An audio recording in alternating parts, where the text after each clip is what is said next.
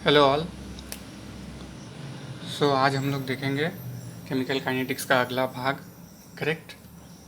तो इसमें हम लोग क्या देखेंगे? टेम्परेचर डिपेंडेंस, है ना? Temperature dependence of the rate of A reaction. Correct.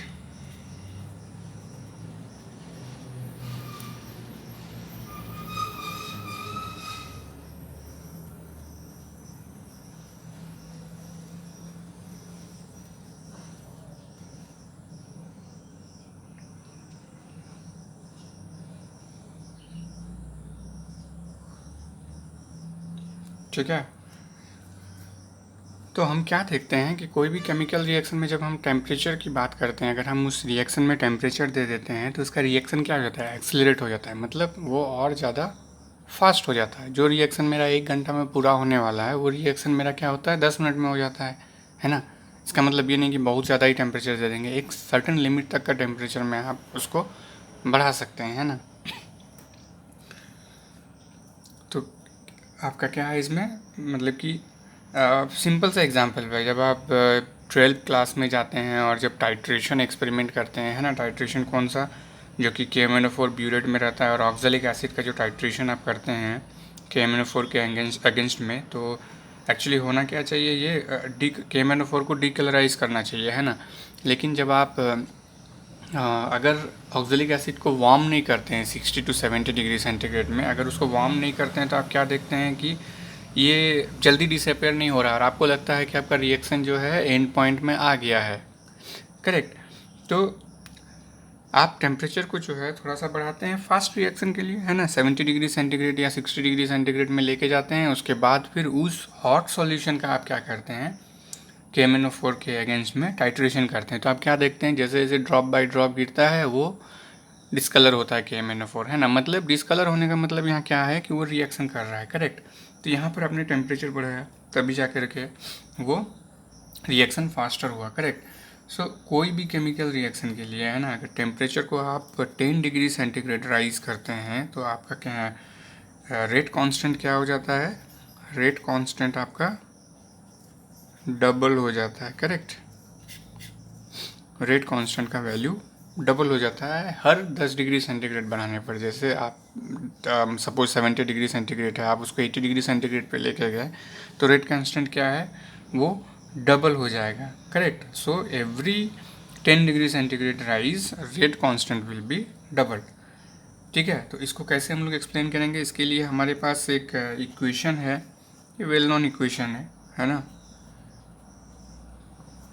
ये इक्वेशन ये क्या है, rate constant equal to A, एक कांस्टेंट है, e to the power minus E A by R T, है ना? तो यहाँ पर ये सारा एक फैक्टर, इसको हम लोग सबसे पहले कि कौन सा इक्वेशन बोलते हैं, इसको हम लोग बोलते हैं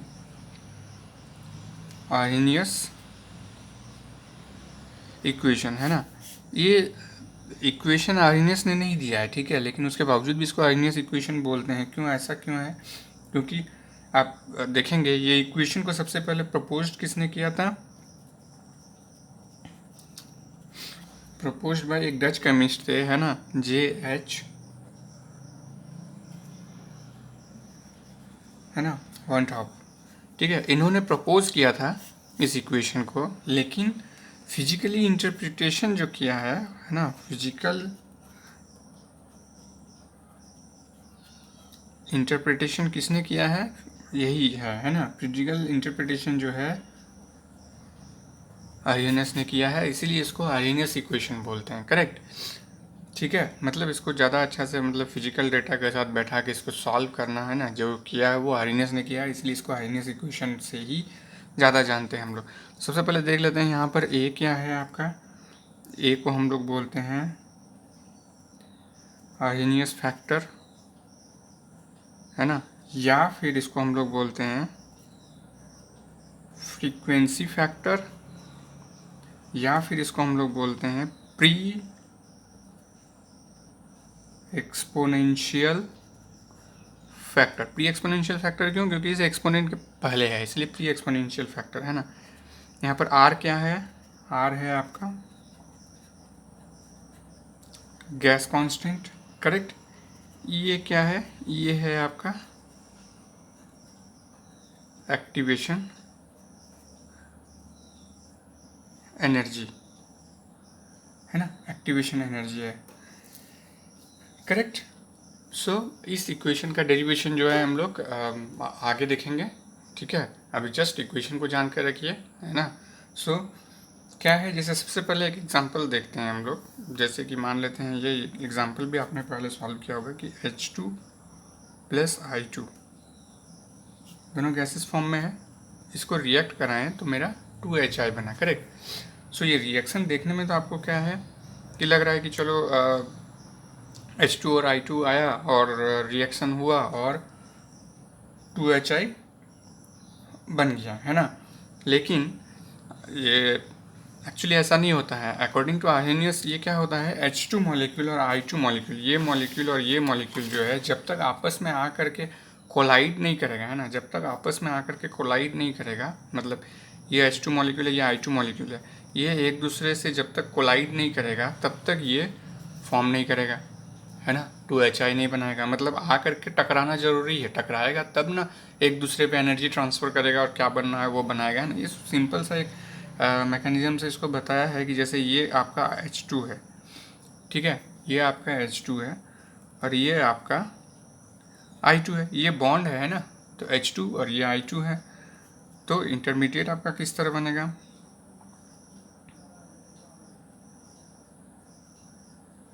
ठीक है। मतलब ये और ये दोनों आया और आकर के टकराया, है ना, ये दोनों आकर के टकराया तो अब किसके किसके बीच में बॉन्ड है, ये तो अब यहाँ पर ये एक अनस्टेबल इंटरमीडिएट बन गया, है ना। ये क्या है आपका अनस्टेबल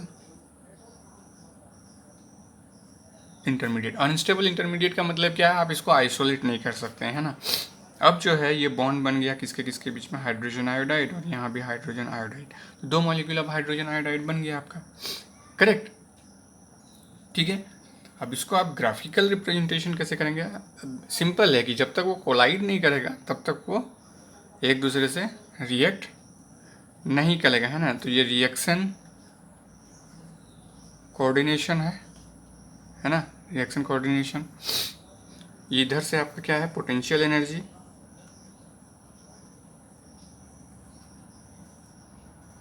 है ना, ये पोटेंशियल एनर्जी है, ये रिएक्शन कोऑर्डिनेट है, ये आपका रिएक्टेंट है और ये आपका प्रोडक्ट बना, तो किस तरह से जा रहा है ये कोऑर्डिनेट, ये, है ना। तो रिएक्टेंट में आपका क्या है, H2 प्लस I2, है ना, प्रोडक्ट क्या बना है 2HI, ठीक है। और यहाँ पर जो है आपका इंटरमीडिएट, या इसको आप बोल सकते हैं एक्टिवेटेड कॉम्प्लेक्स, है ना। तो इसको ये मान के चलिए, इसको B प्रोडक्ट और इसको C। तो जो एक्टिवेटेड कॉम्प्लेक्स है ये आप कह सकते हैं कि आपका ये वाला पार्ट है ना, ठीक है। ये इस फॉर्म में जाएगा तभी जाकर के प्रोडक्ट बनेगा। तो यहाँ HI शुरू किया, अब आप ये पोटेंशियल एनर्जी इसको आगे बढ़ाइए, ये पार्ट है ना, रिएक्टेंट का एनर्जी है, इसको आगे बढ़ाइए, ये पार्ट प्रोडक्ट का एनर्जी। तो आप क्या देख रहे हैं, रिएक्टेंट से प्रोडक्ट का एनर्जी कम है, तो जिसका एनर्जी कम, जो अपने कम एनर्जी स्टेट में पहुंचता है उसी को हम लोग कहते हैं ज़्यादा स्टेबल है, correct. Reactant higher energy state में है, इसको यहाँ से यहाँ तक का एनर्जी लग रहा है, यहाँ से यहाँ तक जाने के लिए जो एनर्जी लगता है वही हमारा ये है, activation energy, correct. Activation energy मतलब इतना एनर्जी चाहिए इसको एक्टिवेट होने के लिए, मतलब एक आपका अनस्टेबल इंटरमीडिएट हो या स्टेबल इंटरमीडिएट हो वहाँ तक पहुँचने के लिए, है ना। फिर वहाँ से वापस वो प्रोडक्ट में जाता है और जो है ये जो इसको आगे बढ़ाइए यहाँ पे, इसके और इसके बीच में जो एनर्जी डिफरेंस इसको डेल्टा है, इंथैल्पी चेंज बोलते हैं ना रिएक्शन का। तो अगर रिएक्टेंट का एनर्जी ज़्यादा है और प्रोडक्ट का एनर्जी कम है तो डेल्टा एच किस में आता है, आपका नेगेटिव में आता है। मतलब कि यहाँ से सिस्टम से जो ये रिएक्शन हुआ H2 प्लस I2 से 2HI, तो इससे क्या हुआ, एनर्जी रिलीज हुआ, है ना। तो हम इसको नेगेटिव में करेंगे तो इस तरह का रिएक्शन आपका एक्सोथर्मिक हुआ, करेक्ट। तो आप क्या देख रहे हैं यहाँ पे, आपको एक्टिवेशन एनर्जी ये चाहिए ताकि वो उसको इस एक्टिवेटेड कॉम्प्लेक्स या इंटरमीडिएट का जो है यहाँ को पार कर दे, पार करेगा तो ये प्रोडक्ट। तो इस तरह का रिएक्शन फिजिबल है, इस तरह का रिएक्शन को हम लोग स्पॉन्टेनियस रिएक्शन भी बोलते हैं, करेक्ट, क्योंकि यहाँ पर डेल्टा एच नेगेटिव, क्योंकि एनर्जी रिलीज हो रहा है इस तरह के रिएक्शन में। तो रिएक्शन वही फिजिबल होता है जिसको रिएक्शन होने के बाद एनर्जी रिलीज होता है, ना कि उसमें एनर्जी देना पड़ता है, करेक्ट। तो समझ में आ गया ये आपको, ठीक है। तो जो भी आपका ये एनर्जी निकला डेल्टा एच, इसको हम लोग क्या करेंगे,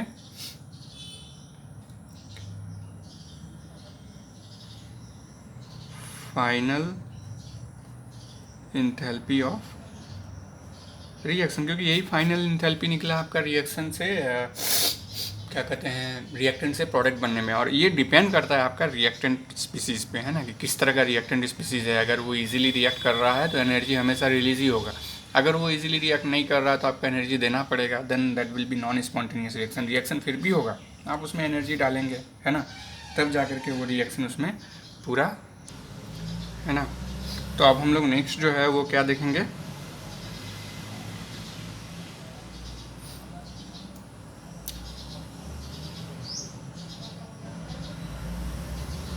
बोल्ट्जमैन मैक्सवेल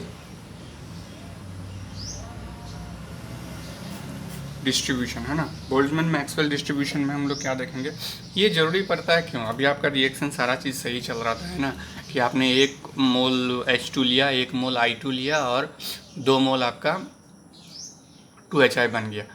सपोज़ कि अगर मान लेते हैं कि हमेशा आप इवन 1 मोल में भी देखिए बहुत सारा आपका मॉलिक्यूल होता है ना, 6.02 × 10⁻23 मॉलिक्यूल्स होगा 1 मोल में।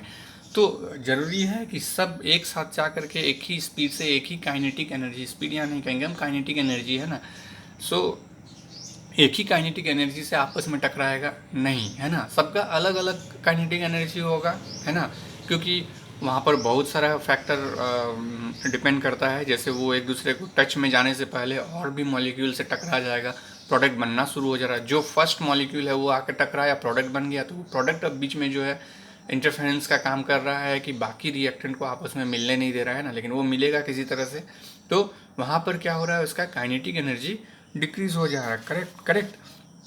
उसी को सॉर्ट आउट करने के लिए जो है, उसको और अच्छे से जानने के लिए कि रिएक्शन हमारा कैसे रिएक्शन स्पीड प्रोसीड कर रहा है, तो उसको जानने के लिए हम लोगों के पास बोल्ट्जमैन मैक्सवेल डिस्ट्रीब्यूशन है। यहाँ हम लोग वो डिस्ट्रीब्यूशन करते हैं बेस्ड ऑन काइनेटिक एनर्जी। हम लोग शो करते हैं कि कौन सा मॉलिक्यूल किस एनर्जी से एक दूसरे से टकरा रहा है, कोलाइड कर रहा है और फिर अपने प्रोडक्ट की ओर जा रहा है ना।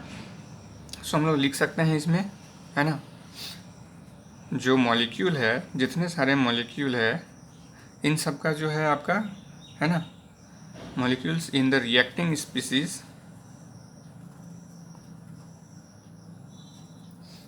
है ना, do not have the same kinetic energy,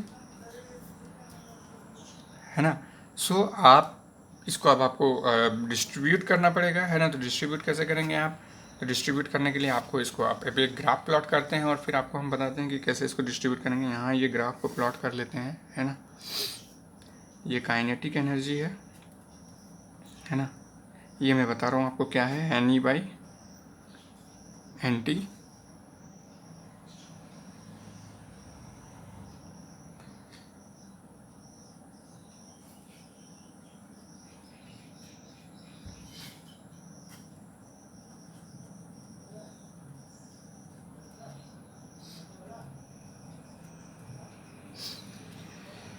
ठीक है। ये समझ में आ गया आपको। यहाँ पर NE/NT क्या है आपका, ये एक्चुअली है क्या, ये है आपका fraction of molecule versus kinetic energy, है ना। फ्रैक्शन ऑफ मॉलिक्यूल आपको क्यों निकालना पड़ रहा है, इसलिए निकालना पड़ रहा है क्योंकि अगर फ्रैक्शन ऑफ मॉलिक्यूल नहीं निकालेंगे आप तो कैसे पता चलेगा कि कितना फ्रैक्शन ऑफ मॉलिक्यूल जो है इस स्पीड से जा रहा है, कितना फ्रैक्शन ऑफ मॉलिक्यूल जो है इस स्पीड से जा रहा है। तो यहाँ पर NE जो है ये क्या है, नंबर ऑफ मॉलिक्यूल्स, है ना, विच कैरी E एनर्जी, है ना। NE क्या है, number of molecules which carry E energy, मतलब जिसके पास, जो कि E एक एनर्जी है, जो कि काइनेटिक एनर्जी है, तो ये NE मतलब इतने ही नंबर ऑफ मॉलिक्यूल के पास जो है E एनर्जी है, जो कि E काइनेटिक एनर्जी है, करेक्ट। और NT क्या है आपका, NT है टोटल नंबर ऑफ मॉलिक्यूल, है ना। तो आप क्या देखते हैं कि E एनर्जी जो है उसको लेते हुए कितने मॉलिक्यूल जो है जा रहा है। तो सबसे पहले देखेंगे आप स्टार्ट जब हुआ रिएक्शन का, है ना, तो स्टार्टिंग में क्या हुआ, आप देख रहे हैं कि जीरो मॉलिक्यूल है जो कि ई एनर्जी के साथ आगे बढ़ रहा है ना, एन और एन टी के बीच में। ये जगह में जो है आपका ये पार्ट जो है, अगर आप इसको देखेंगे, इस पार्ट में क्या है, मैक्सिमम फ्रैक्शन ऑफ मॉलिक्यूल है जो कि इस एनर्जी को अटेंड करता है ना, ई एनर्जी को, और ये आगे बढ़ रहा है, करेक्ट। और हम बात करते हैं कि यहाँ पर कहीं पे जो है आपका एक्टिवेशन एनर्जी है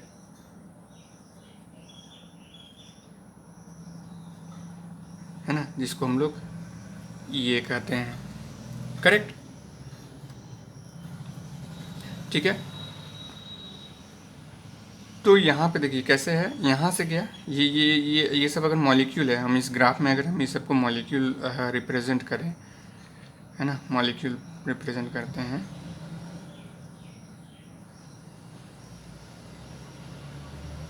देखिए इधर से इधर एनर्जी बढ़ रहा है, यहाँ पर जो मॉलिक्यूल है उसका एनर्जी कम है, यहाँ पर मॉलिक्यूल एनर्जी कम है।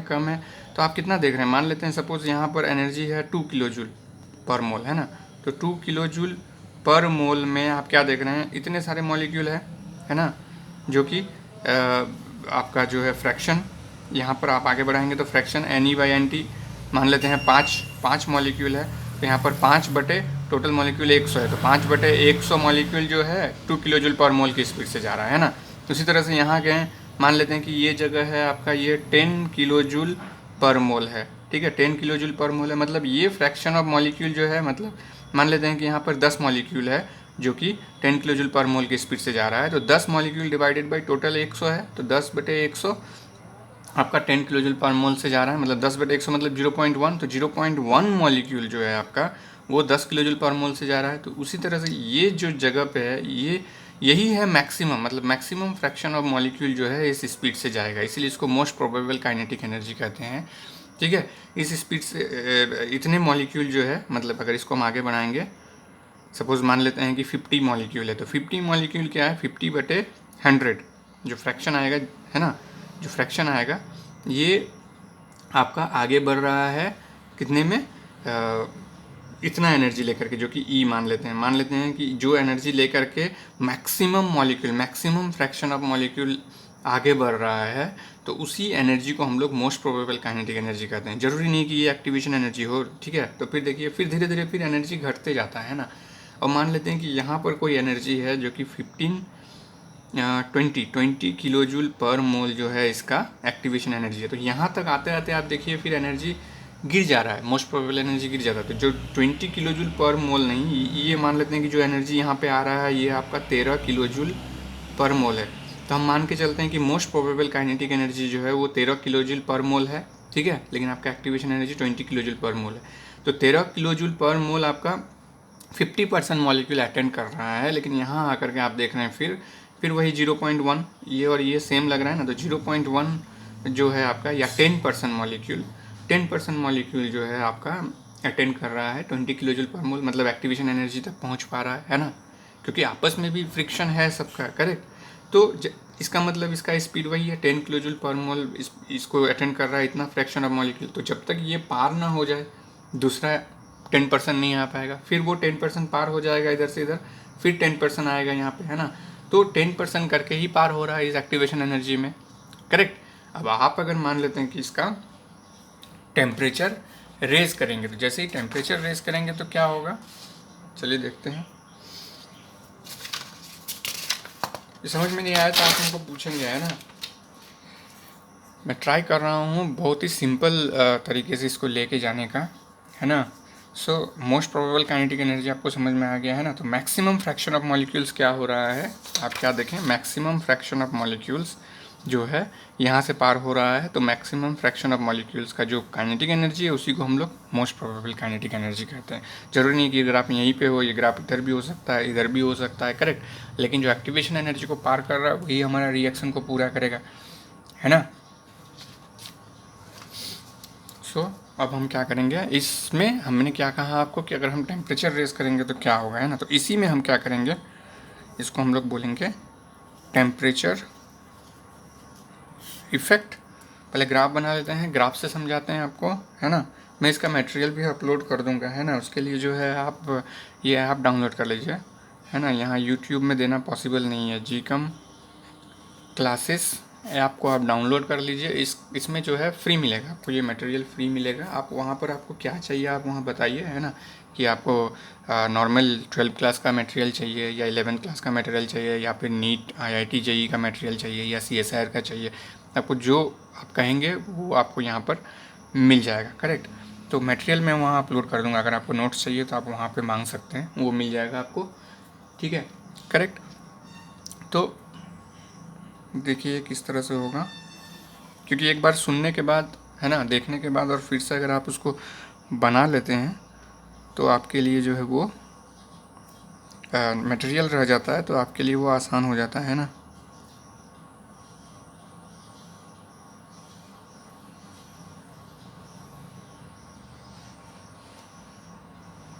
ये इसको नीचे नहीं जाएगा, है ना, ये ऐसे ही जाएगा, है ना। तो हमने एक्टिवेशन एनर्जी यहाँ पर देखिए कहाँ पर, यहाँ मार्क किया, तो वही 20 किलो जूल को ही मार्क करेंगे। एक्टिवेशन एनर्जी चेंज नहीं होता है, वेदर टेम्परेचर रेज कीजिए या कुछ भी कीजिए, है ना। ये जो पार्ट है ये एक्टिवेशन एनर्जी का, ये कभी चेंज नहीं होगा। ये जो डिस्टेंस है, ये डिस्टेंस कम बेसी हो सकता है, लेकिन जो अपर लाइन है एक्टिवेशन एनर्जी का, ये चेंज नहीं होगा। आपने टेम्परेचर रेज किया, हो सकता है रिएक्टेंट यहाँ से उठ के यहाँ पे चला गया हो, करेक्ट, लेकिन तो फिर एक्टिवेशन एनर्जी आपका कम हो जाएगा, यहाँ से यहाँ तक का कम लगेगा, लेकिन जो अपर पार्ट है एक्टिवेशन एनर्जी का वो कम नहीं होगा, करेक्ट। जितना चाहिए उसको उतना ही एक्टिवेशन एनर्जी वो लेगा। तो जब टेम्परेचर T था तो हमारा ग्राफ ये था, है ना, और जब temperature T plus 10 degree centigrade, है ना, 10 डिग्री सेंटीग्रेड आपने बढ़ाया तो आपका ग्राफ देखिए नीचे गिर गया, जबकि ये तो और बढ़ना चाहिए था, है ना। तो मैंने ये ग्राफ आपका क्या, ये पॉपुलेशन कर्व है, करेक्ट। ये आपका नॉर्मल इधर से इधर रिएक्शन नहीं बता रहा है कि ऊपर में रिएक्शन गया, है ना। ये सिम वही ग्राफ है जो इसके पहले था। काइनेटिक एनर्जी इधर से इधर बढ़ रहा है ना, जीरो से लेकर के इन्फिनिटी तक जा रहा है। इधर आपका फ्रैक्शन ऑफ मॉलिक्यूल्स NE/NT, मतलब number of molecules attended energy E divided by total number of molecules, है ना। तो आप क्या देख रहे हैं कि आपका मोस्ट प्रोबेबल एनर्जी जो है वो शिफ्ट हो गया यहाँ से, पहले यहाँ पर था, अब वो शिफ्ट होकर के कहीं इस जगह में आया है ना। तो ये शिफ्ट हो गया, लेकिन आप अगर ओवरऑल एरिया देखेंगे तो आप क्या देखते हैं, और एक्टिवेशन आपका कहाँ पे था, यहाँ पे था। ये जो 20 किलो जूल पर मोल आपका था ये था, है ना, यहाँ पर एक्टिवेशन एनर्जी। अब आपको यहाँ पर देखना क्या है, जब आपने टेम्परेचर रेज किया, है ना, तो कर्व आपका क्या हुआ, यहाँ पर शार्प टाइप का था, ये कर्व क्या हो गया, ब्रॉडन हो गया, है ना। ब्रॉडन मतलब मैक्सिमम मॉलिक्यूल अब जो है पास होने जा रहा है। हमको सिर्फ यहाँ पर मोस्ट प्रोबेबल एनर्जी लेने से मेरा रिएक्शन फॉरवर्ड नहीं होगा, करेक्ट। हमें इस एक्टिवेशन एनर्जी को पार करना है, तो हमें यहाँ के बैरियर को देखना पड़ेगा कि मान लेते हैं शुरू में आपका ये है ना, तो ये आपका कब आ रहा है ना, ये आपका यहाँ पर लेस मॉलिक्यूल देख के ही लग रहा है, less fraction of molecule passing, है ना। एक्टिवेशन एनर्जी को पास हो रहा है मतलब प्रोडक्ट बना रहा है ना। और कब, जब टेम्परेचर T है, लेकिन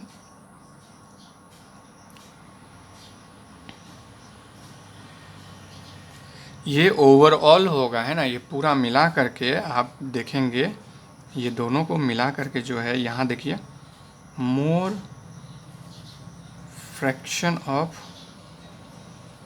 मॉलिक्यूल्स पासिंग, मतलब रिएक्शन को पूरा कर रहा है कब, T प्लस 10 डिग्री सेंटीग्रेड।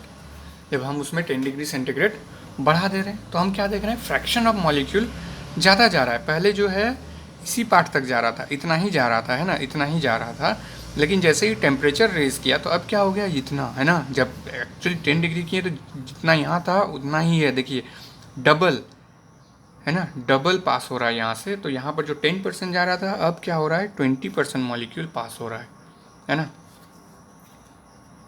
पहले 10% मॉलिक्यूल पास हो रहा था एक्टिवेशन एनर्जी में पर सेकंड में, अब 20% मॉलिक्यूल पास हो रहा है। तो 10% करके पास हो रहा है पर सेकंड में, तो 100 मॉलिक्यूल को पास होने में कितना लग रहा था आपको, 10 सेकंड। अब जब ये 20% करके पास हो रहा है तो आपको आधा टाइम लगा, 5 सेकंड लगा, है ना। पर सेकंड अगर 20% पार हो रहा है तो 5 सेकंड लगा। तो देखिए हमको ये जो है, आप यहाँ पर जो ये पिक लेकर के आए हैं, ये क्या था आपका, मोस्ट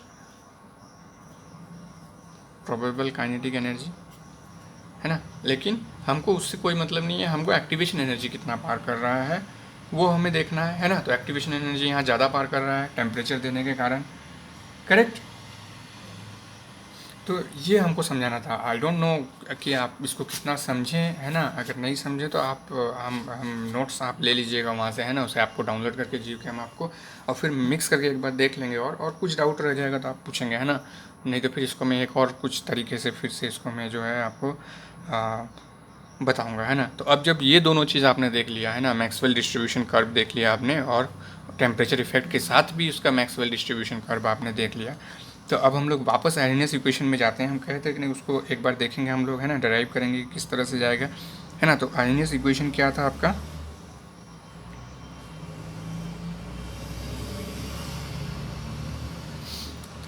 के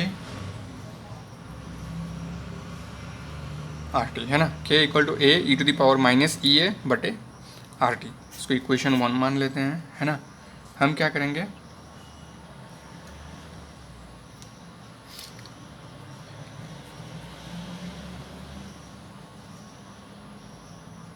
लॉग ले लेते हैं, है ना, दोनों साइड में, है ना। तो एल एन के equal to minus E A बटे आर टी आ जाता है ना नीचे, प्लस एल एन ए। ये मैथमेटिकल फार्मूला है, आप उससे जब भी लॉग लेते हैं तो जो एक्सपोनेंट में है वो आ जाता है नीचे में, और मतलब वो कांस्टेंट में आ जाता है पहले, और प्लस यहाँ पर आपका कांस्टेंट जो वैल्यू है ए, उसको आप एल एन ए लिख सकते हैं, है ना। आप इसका ग्राफ मतलब प्लॉट कर सकते हैं। इसका ग्राफ कैसे प्लॉट करेंगे, बहुत इजी है। देखिए, कुछ करना नहीं है। एल एन ए वो आपका इंटरसेप्ट 1 बटे टेम्परेचर, है ना, 1 बटे, ये वही है आपका y equal to m x plus c. ठीक है, अब ये माइनस है तो माइनस है तो स्लोप उल्टा जाएगा, है ना।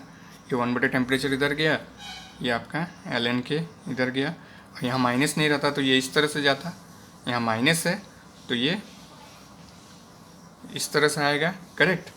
ये जो इंटरसेप्ट है इसको हम लोग बोलेंगे एल एन ए, है ना, जो कांस्टेंट है।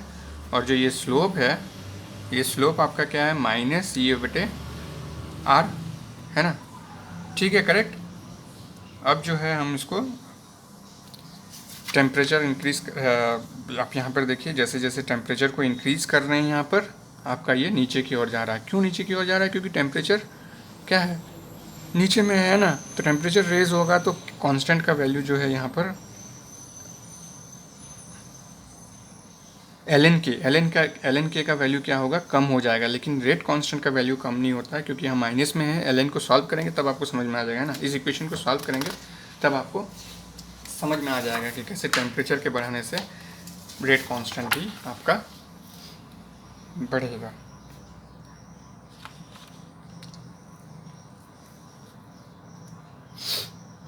ठीक है, ये देखते हैं। तो इसको सॉल्व करने के लिए हम लोग क्या करेंगे, सबसे पहले एट टेम्परेचर T1 इक्वेशन 2 क्या हो जाएगा आपका, एल एन के 1 इक्वल टू ये बटे R T 1 plus l n a, ये कांस्टेंट है, इसको ऐसे लेके जाएंगे इक्वेशन 3। तो जैसे जैसे जो है आप टेम्परेचर को बढ़ाएंगे, आपका जो है रेट ऑफ रिएक्शन भी बढ़ेगा, और आपका जो रेट कांस्टेंट है वो एक्सपोनेंशियल बढ़ेगा। वही दिखाने के लिए हम इसको बना रहे हैं, है ना। तो हमें 2 टेम्परेचर तो लेना पड़ेगा ना डिफरेंस के लिए। तो एट टेम्परेचर T2 इक्वेशन 2 कैसा दिखेगा, एल एन के 2 इक्वल टू माइनस ये बटे R T 2 plus l n a, ये इक्वेशन 4, है ना। अब हम लोग क्या करेंगे, इक्वेशन 4 से इक्वेशन 3 को घटा देंगे, है ना। तो सब्ट्रैक्टिंग इक्वेशन 3 फ्रॉम इक्वेशन 4, तो हमें क्या मिलेगा, एल एन के 2 माइनस एल एन के 1 equal to E A R T 1 minus E A R T 2, और ये दोनों तो कट जाएगा, है ना, माइनस में। अब यहाँ पर are T 1 minus are T 2 कैसे, क्योंकि दोनों के आगे में माइनस है, करेक्ट। तो आप जब उसको मान लेते हैं कि ई माइनस ई ए आर टी 2 माइनस, फिर ब्रैकेट के अंदर माइनस ई ए आर टी 1 करेंगे तो माइनस माइनस प्लस हो जाएगा, इसलिए इसको पहले ले लें और इसको बाद में कर दिए, करेक्ट। ठीक है, अब इसको सॉल्व करते हैं। ln अब यहाँ पर क्या है, k2 प्लस में है तो k2 ऊपर में होगा, और k1 माइनस में है तो k1 नीचे में चला जाएगा, है ना। उसी तरह से यहाँ पर ये बटे r और ये हो जाएगा 1/t1 माइनस 1/t2, करेक्ट।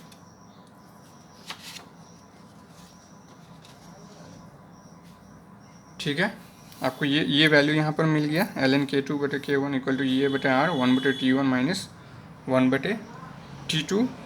ठीक है, अब इसको लॉग में बदलते हैं। तो लॉग में बदलने के लिए आप क्या करेंगे, लॉग k2/k1 इक्वल टू ये बटे 2.303 r, है ना। 2.303 के साथ इधर मल्टीप्लाई करेंगे, है ना। ln से लॉग में कन्वर्ट करेंगे तो मल्टीप्लाई करना होगा, जो मल्टीप्लिकेशन इधर गया तो नीचे में आ जाएगा, है ना।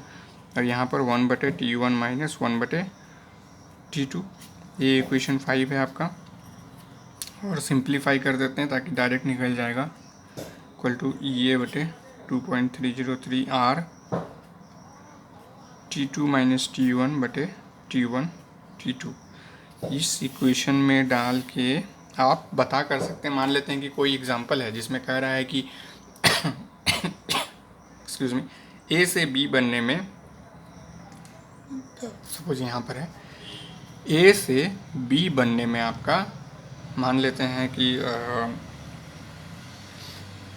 रेट कांस्टेंट जो है ए से बी बनने में, टेम्परेचर जो है, टेम्परेचर आपका 25 डिग्री सेंटीग्रेड में ए से बी बनने में जो है ना, रेट कांस्टेंट क्या हो जाएगा इसको आपका, मान लेते हैं कि मोल पर सेकंड है आपका 5 मोल, है ना, पर सेकंड है। और इसी ए से बी में अगर हम चाहते हैं कि रेट कांस्टेंट मेरा बढ़ जाए, जब हम टेम्परेचर को क्या करेंगे, T1 इक्वल टू ये, T2 बराबर जब हमारा मान लेते हैं कि 10 डिग्री बढ़ा दीजिए 35 डिग्री सेंटीग्रेड, तो आप जब इस वैल्यू को यहाँ बैठाएंगे, है ना, तो K1 ये है तो K2 क्या होगा, इस तरह का पूछेगा ये कि रेट, मान लेते हैं रेट कांस्टेंट कुछ है एट T1 25 डिग्री सेंटीग्रेड में है, तो आप बताइए रेट कांस्टेंट क्या होगा एट T2 35 डिग्री सेंटीग्रेड में। तो जब डबल होना चाहिए, जो कि हम लोग सुन के चले हैं कि 10 डिग्री सेंटीग्रेड बढ़ाने से रेट कांस्टेंट डबल हो जाता है, तो उसको आप यहाँ बैठा करके प्रूव कर सकते हैं। 25 डिग्री सेंटीग्रेड है ना, यहाँ पर हो जाएगा 35 minus 25 degree centigrade, 25 degree centigrade into 35 degree centigrade, मतलब डिग्री सेंटीग्रेड में नहीं होगा, आपको इसको केल्विन में बदलना होगा। और ये एक्टिवेशन एनर्जी दिया हुआ रहेगा, है ना। आर गैस कांस्टेंट है, वो कांस्टेंट 2.303 है। लॉग यहाँ पर K2 आपको निकालना, K1 दिया हुआ है ना। अब इस तरह से सारा वैल्यू बैठा करके आप इजीली इसको निकाल सकते हैं, करेक्ट। ये अगर समझ में नहीं आएगा कि K1 दिया हुआ है, K2 कैसे निकालेंगे, तो इसको आप कर देंगे log K2 minus log K1। तो log K1 दिया हुआ है, log K1 का 5 है तो log 5 निकाल लेंगे, तो log K2 बाकी वैल्यू में बैठा करके जो वैल्यू आएगा उसका log निकाल लेंगे, तो आंसर आपको मिल जाएगा, है ना। अगर अच्छा लगा तो इसको लाइक कीजिए, है ना, सब्सक्राइब कीजिए और शेयर कीजिए अपने दोस्तों के बीच में। और कोई डाउट है तो आप हमें पूछेंगे, ठीक है। और मटेरियल आपको जो है ये फ्री में मिल जाएगा, आप उसके लिए GChem, है ना, क्लासेस ऐप को डाउनलोड करेंगे, करेक्ट। और फ्री में आपका अभी टेस्ट भी लिया जा रहा है। तो आज जैसे है कि 20 कमिंग, आज कौन सा डेट हो गया, 30th को जो है आपका यूनिट टेस्ट 2 है, मतलब टेस्ट 2 है GChem क्लासेस में, नीट और IIT JEE के लिए, है ना। तो टेस्ट 2 आपका दिया हुआ जाएगा, आप इस ऐप को डाउनलोड कीजिए और वहाँ पर पूछिए कि आप नीट IIT JEE के लिए टेस्ट सीरीज देना चाहते हैं, तो फ्री ऑफ कॉस्ट है। आप उस पर अपीयर होइए, क्या जाता है, एक टेस्ट में अपीयर होना है, मार्क्स देखना है कितना आ रहा है नहीं आ रहा है ना।